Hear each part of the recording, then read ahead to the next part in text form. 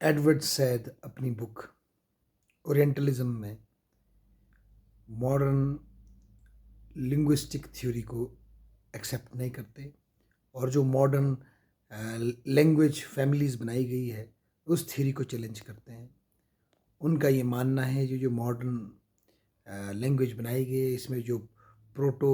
Indo European languages जो बनाई गई है बेसिकली ये कॉन्कॉक्टेड कंसेप्शन है जो कि जब इंडिया की का परिचय यूरोप के लोगों को हुआ और विशेषकर शेलगेल जब लिखते हैं और इंडिया के बारे में पता लगा और कितनी पुरानी संस्कृत भाषा है इसका ज्ञान हुआ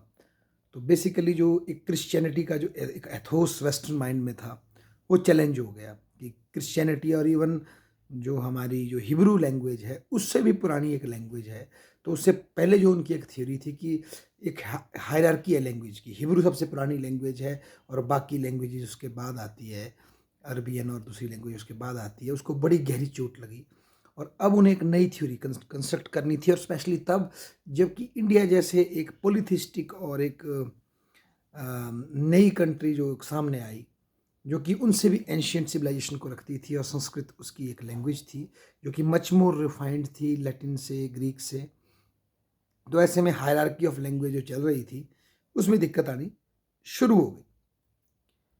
तो इसीलिए इस गैप को फिल करने के लिए एक थ्योरी कॉन्कॉक्ट की गई जिसको आज हम साइंटिफिक मानते हैं। बेसिकली वो सूडो साइंटिफिक थ्योरी है जो कि लिंग्विस्टिक थ्योरी ऑफ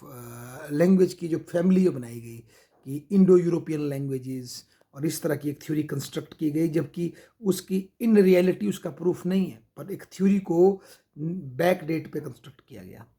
ताकि जस्टिफाई किया जा सके संस्कृत और यूरोपियन लैंग्वेजेस के लिंक को।